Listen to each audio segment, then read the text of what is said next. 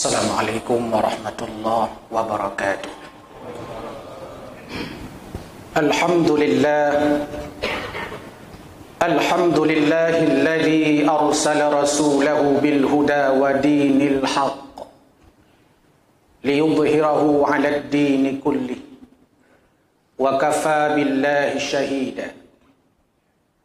Ashhadu an la ilaha illallah wahdahu la sharika lah wa ashhadu anna Muhammadan abduhu wa rasuluh la nabiyya ba'dah. Allahumma salli ala sayyidina Muhammad wa ala alihi wa sahbihi ajma'in wa man tabi'ahum bi ihsanin ila yaumiddin.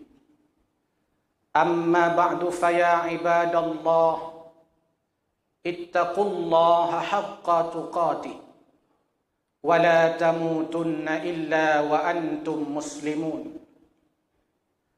Wa qala Allah ta'ala fi kitabihil karim, a'udzu billahi minasy syaithanir rajim. Bismillahirrahmanirrahim.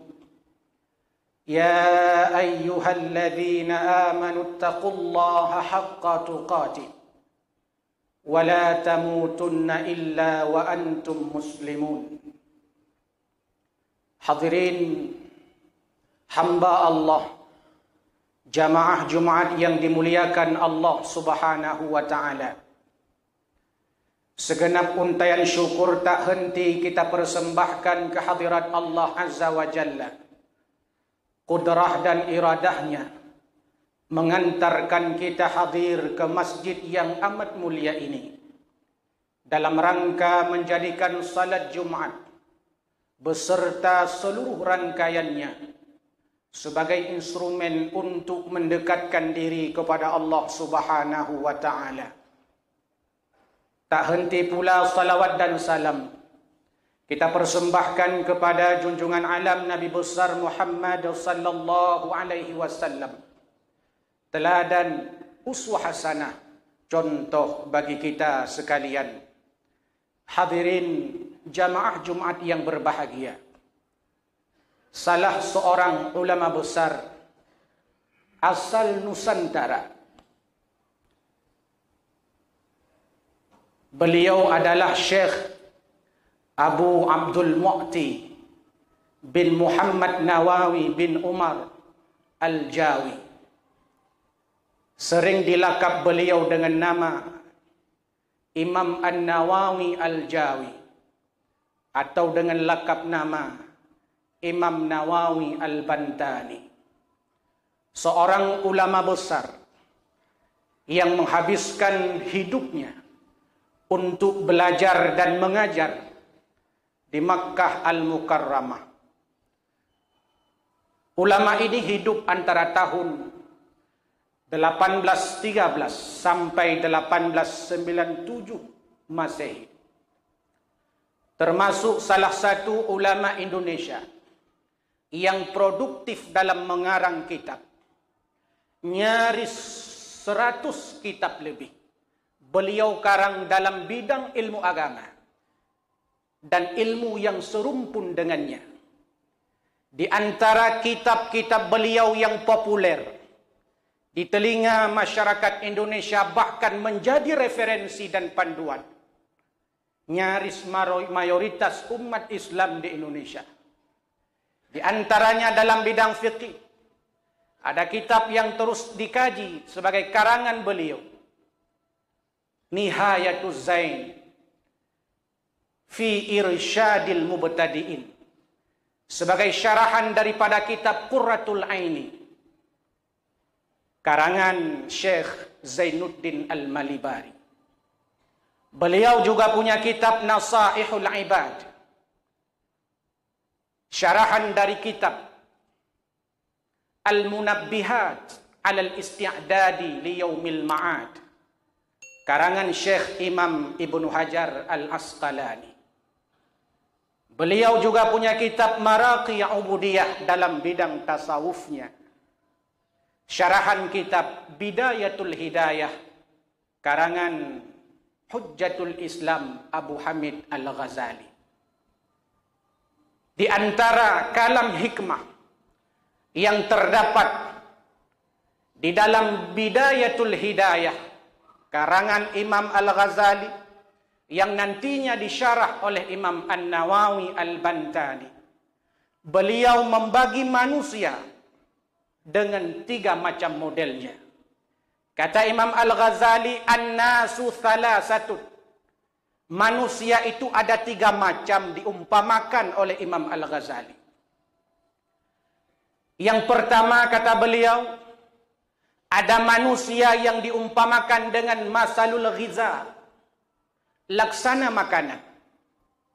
Kebutuhan kita kepadanya laksana butuh kita kepada makanan. Keperluan kita terhadapnya laksana perlu kita kepada makanan.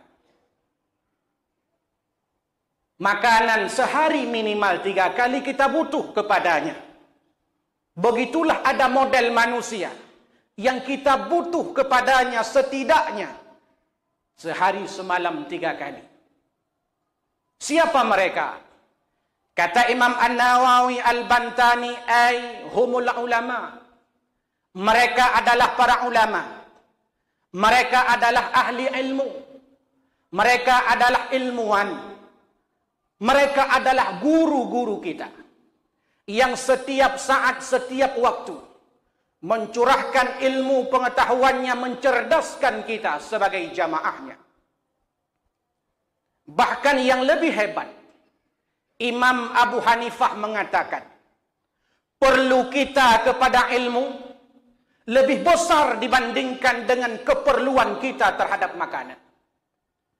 Seandainya makanan, kata beliau, hanya butuh sehari 3 kali, sedangkan ilmu setiap saat, setiap waktu, setiap jam, setiap detik perjalanan hidup kita, ilmu menjadi dasarnya.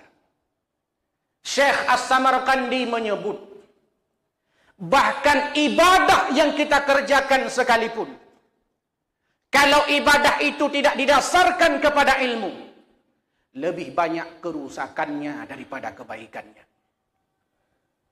Inilah sebabnya perintah pertama yang Allah turunkan kepada baginda Nabi bukan perintah salat, bukan perintah puasa, bukan perintah zakat, haji, umrah, sedekah, infak. Perintah pertama yang Allah turunkan kepada baginda Nabi, perintah menuntut ilmu, perintah membaca, perintah meneliti, perintah mengkaji. Iqra bismi rabbikal ladzi khalaq.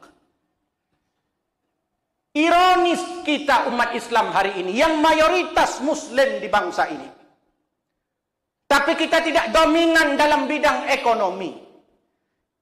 Kita tidak paham dalam bidang politik, mengakibatkan perkara dunia politik, sosial, budaya, perkara ekonomi diambil alih oleh orang yang di luar Islam, yang minoritas dari sisi kuantitasnya. Jamaah Jumat yang dimuliakan Allah Subhanahu wa taala. Lebih ironis tatkala kita melihat data UNESCO tahun 2012 bahwa minat baca masyarakat Indonesia 0,001%. Artinya dari 1000 orang Indonesia hanya 1 orang yang rajin membaca. Dari 2000 orang hanya 2 orang yang rajin membaca. Dari 3000 penduduk Indonesia hanya 3 orang yang rajin membaca. Itu pun kadang bukan baca kitab, bukan baca buku, baca WA. Lantas apa yang mau kita perjuangkan? Sehingga kehidupan kita isinya hanya dibodohi kadang-kadang oleh media. Apa isu yang sedang dikembangkan? Kesana arah kita. Ketika isu berganti pula perhatian kita. Di antara sebabnya kita tidak cerdas, disebabkan karena di antara ratusan perintah Allah dalam Al-Quran, ada perintah salat dalam Al-Quran, perintah zakat, perintah puasa, perintah haji dan umrah. Di antara ratusan perintah dalam Al-Quran, yang sering dilupakan oleh umat Islam adalah perintah pertama yang diturunkan Allah kepada baginda Nabi. Iqra. Sehingga aktivitas ibadahnya, kalau kita nukil As-Samarkandi, tidak ada efek dalam kehidupannya. Salatnya tidak membuat dia dapat mencegah perbuatan keji mungkar. Puasanya tidak mendidik dia menjadi manusia yang peka dan peduli terhadap sesama. Haji dan umrah tidak membuat mereka bersatu sesama umat Islam. Disebabkan kadang ibadah yang dia kerjakan tidak didasarkan kepada pengetahuan. Sehingga ibadah yang kita lakukan tidak berefek. Padahal mestinya seluruh ibadah yang Allah wajibkan kepada kita, di antara ibadah yang Allah anjurkan kepada kita, mestinya dapat mengubah pola pikir kita, dapat mengubah cara hidup kita, dapat mengubah perilaku kita dengan ibadah itu. Salat mestinya kita dapat tercegah perbuatan keji mungkar. Puasa mestinya menjadi kita manusia yang lebih peka dan peduli kepada sesama. Haji umrah mestinya kita menjadi orang-orang yang mempersatukan, bukan orang yang menjadi provokator dalam masyarakat. Bukan orang yang senang memecah belah. Orang yang memperkuat ukhuwah Islamiyah, ukhuwah imaniyah. Disebabkan karena pengaruh ibadah yang dia kerjakan. Hari ini kita melihat ada orang, dia salat, dia yang korupsi. Dia yang puasa, dia yang tidak peka dan peduli. Dia yang menunaikan haji umrah, dia yang memutuskan silaturahim. Apa sudah efek ibadah yang kita kerjakan terhadap pola pikir dan terhadap perilaku kita? Inilah penting kita butuh kepada para ulama. Butuh kepada ahli ilmu. Inilah jalan jembatan menuju surga Allah Subhanahu wa ta'ala. Kata Imam Al-Ghazali dalam Bidayatul Hidayahnya yang disyarah oleh Imam Nawawi Al-Bantani di dalam Maraqi Ubudiyahnya. Masalul ghiza, kebutuhan kita kepada ahli ilmu laksana butuh kita kepada makanan. Inilah yang menyebabkan orang bukan menunggu majelis ta'lim, dia memburu majelis ta'lim. Dimanapun ada kajian, dimanapun ada pengajian, dimanapun ada tausiah, dimanapun di dalamnya diisi dengan halaqah ilmu pengetahuan, bukan dia tunggu, malah dia buru. Karena dia sadar ibadahnya tidak akan sempurna tanpa ilmu. Salatnya, puasanya, zakat, hajinya, sedekah, infaknya tidak akan sempurna tanpa ilmu. Bahkan kata Imam Ghazali, iman kita saja tidak akan sempurna bila iman tidak didasarkan kepada ilmu. Tipe yang kedua, kata Imam Ghazali, ada manusia kebutuhan kita kepadanya masalud dawa, laksana obat. Yahtaju ilaihi fi waqtin duna waqtin, di mana butuh kepada manusia tersebut tidak setiap waktu. Butuh kita kepada orang itu pada saat kita sakit. Laksana butuh kita kepada obat. Kapan butuh obat sakit kepala? Ketika kita sakit kepala. Kapan butuh kepada obat sakit gigi? Ketika sakit gigi. Saat sakit baru cari obat. Tidak setiap saat. Dan tidak ada orang yang bercita-cita menjadi sakit. Ada orang di lingkungan sosial kita, kata Imam Ghazali, dia seperti obat. Kita tidak terus-menerus bersahabat dengannya. Kalau terus-menerus, bisa saja menyebabkan kita terjerumus ke dalam perilakunya. Inilah orang-orang yang kadang-kadang luput daripada melaksanakan ibadah kepada Allah.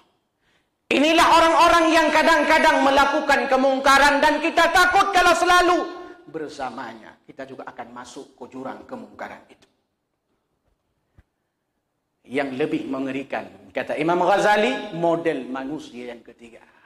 Masaludda, seperti penyakit. La yahtaju ilaihi qattun. Kita tidak butuh kepadanya selama-lama.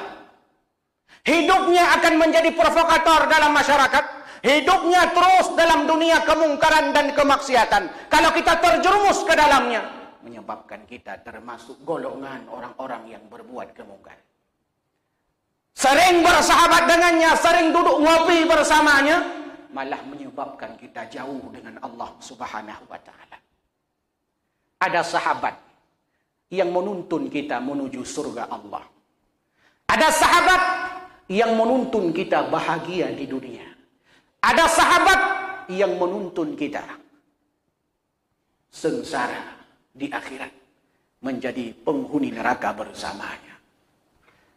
Jamaah Jumat yang dimuliakan Allah Subhanahu wa Ta'ala. Sebab itu, hidup kita bukan hanya sekedar ibadah yang sifatnya personality, ibadah-ibadah pribadi. Tapi ada ibadah-ibadah sosial yang perlu kita kerjakan. Harapannya kita menjadi manusia-manusia yang terus bermanfaat kepada sesama. Dan inilah yang dikatakan oleh Nabi. Manusia terbaik bukanlah manusia yang paling banyak hartanya. Manusia terbaik bukanlah manusia yang paling tinggi pangkat dan jabatannya. Manusia terbaik di antaranya, kata Nabi, khairun nas anfa'uhum linnas. Sebaik-baik manusia adalah manusia yang bermanfaat bagi orang lain. Dia bukan hanya sekedar mengurus dirinya, tapi juga mengurus orang lain. Dia bukan hanya sekedar membahagiakan dirinya, tapi juga membahagiakan orang lain. Dia bukan hanya sekedar memikirkan kehidupannya, keluarganya, tapi ada orang-orang mustada'afin, ada orang-orang lemah yang layak dibantu. Dan itu merupakan tanggung jawab kita sebagai manusia beriman. Mudah-mudahan pesan Imam Ghazali ini menjadi renungan dan muhasabah kepada kita. Pada posisi nomor berapakah kita? Apakah kita menjadi orang laksana ulama yang orang butuh kepada kita setiap saat, setiap waktu? Apakah kita termasuk orang yang seperti obat, butuh orang kepada kita hanya di waktu-waktu tertentu saja? Karena mungkin ada perilaku-perilaku negatif pada diri kita. Atau malah jangan-jangan kita menjadi orang seperti penyakit yang tidak ada manfaat bagi orang lain. Na'udzubillah min zalik. Mudah-mudahan jadi muhasabah dan renungan. Barakallahu li wa lakum fil Qur'anil azim. Wa nafa'ani wa iyyakum bima fihi minal ayati wa dzikril hakim. Wa taqabbala minni wa minkum tilawatahu innahu huwas samiul basir.